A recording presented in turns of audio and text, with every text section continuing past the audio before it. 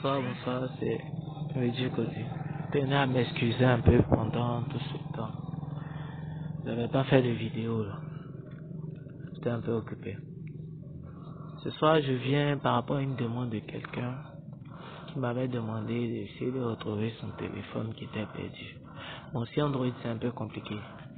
Mais si iPhone c'est encore plus facile parce qu'avec le compte iCloud on peut faire beaucoup de choses.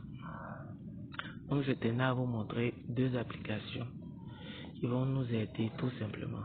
Il y a Lockwatch qui nous permet de capturer le visage de quelqu'un qui essaie d'enregistrer, de capturer le visage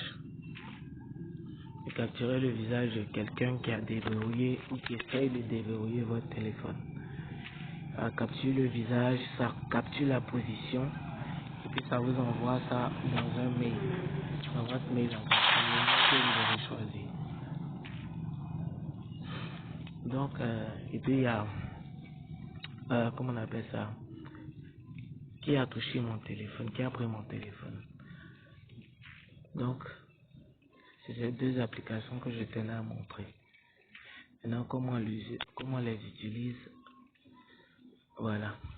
Celui-là, le noir là, MTWTMP, cette application, on va l'utiliser en local. C'est-à-dire quelqu'un prend votre téléphone, il essaie de déverrouiller, et puis bon, il rate le code, ça capture son visage et puis ça garde dans votre téléphone. Maintenant, l'autre, Lockwatch, ça vous permet de capturer le visage de la personne et puis envoyer ça dans votre mail. La version premium même permet d'enregistrer 20 secondes après la prise de la photo. Après l'erreur du mot de passe, il enregistre 20 secondes la voix et puis ça envoie la position, la photo et puis l'enregistrement. Ça envoie directement dans votre mail. Donc ce qui signifie que si vous perdez votre téléphone, celui qui va prendre le téléphone pour essayer de déverrouiller là, ça va enregistrer les informations, tout et tout. Si c'est quelqu'un que vous connaissez, vous verrez. Si c'est pas quelqu'un que vous connaissez, vous verrez. Et puis ça va vous permettre de mieux enregistrer la déclaration de perte avec le visage de la personne, la voix de la personne, puis la localisation. Donc, en gros, c'est une application très utile, donc il faudrait que vous ayez ça. Donc, on va commencer par Lockwatch. Dans Lockwatch, on va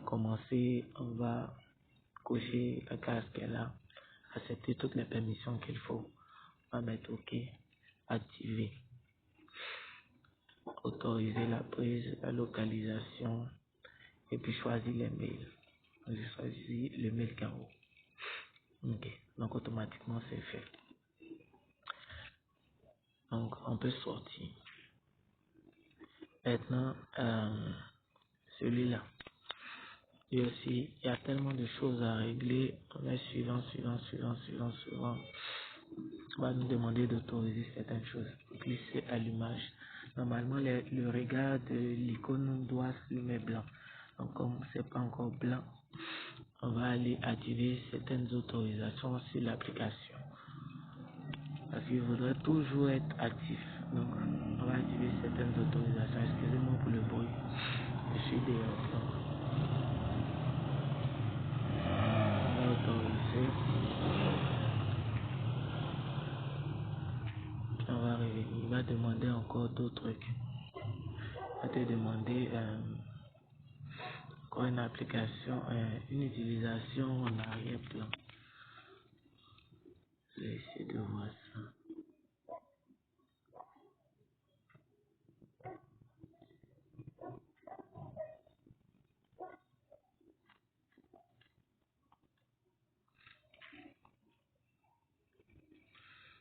Bon.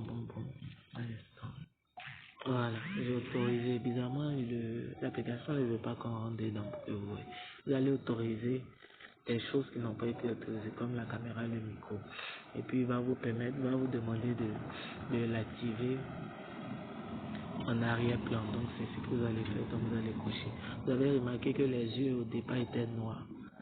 Donc, quand vous allez autoriser automatiquement, les yeux vont devenir carrés, comme si c'était quelque chose qui était allumé. Donc, c'est OK, c'est activé. Maintenant, vous allez sortir, on va verrouiller le téléphone. On va verrouiller le téléphone et puis on va faire une capture. C'est-à-dire quelqu'un va essayer de déverrouiller et quelqu'un va essayer de déverrouiller et puis vous allez voir.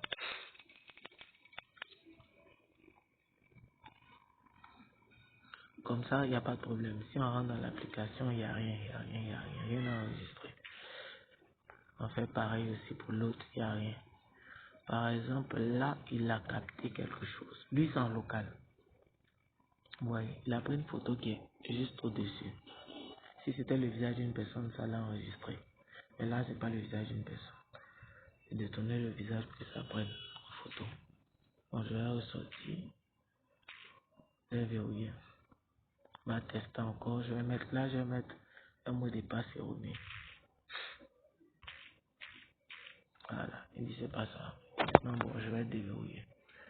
Je déverrouille, on va aller dans lui. Il affiche un message. Automatiquement, il y a un truc qui s'est passé. S'il y a un message, c'est qu'il y a quelque chose. Donc vous voyez le logo qui était là au-dessus. On va aller, il a dit envoyer ça dans le mail directement. Donc on va aller dans le mail. Je vais vous épargner l'autre là. Voilà. Et là, watch la lettre. Donc vous cliquez. Voilà. Il met la date, donc on va faire une tentation de déverrouillage, blablabla, de tel jour. Voici la capture. Bon, c'est une partie de moi, une partie de mon visage. Comme je disais, je me suis mis au bureau avec la localisation, tout. Bref, c'était ça. Maintenant, on va sortir, on va aller dans l'autre. L'autre, voilà. Là, il y a encore une autre photo.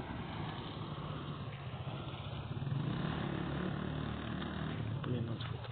Donc, en quelque sorte, cette application est vraiment utile. Ça vous permettra d'utiliser pour retrouver le visage de la personne qui a pris votre téléphone au cas où il déverrouille par imprudence et puis la localisation tout. Donc l'autre qui a pris mon téléphone là, lui là, une question. Lui c'est en local, c'est-à-dire il y a quelqu'un de la maison qui essaie de déverrouiller votre téléphone, ça c'est en local. Maintenant lui c'est dans ton mail qu'il envoie automatiquement. Dès qu'il y a la connexion, il le fait automatiquement. Donc c'était ça, c'était la petite vidéo. Prenez soin de vous, abonnez-vous, partagez. Ça peut aider les gens. Partagez ces vidéos. Merci.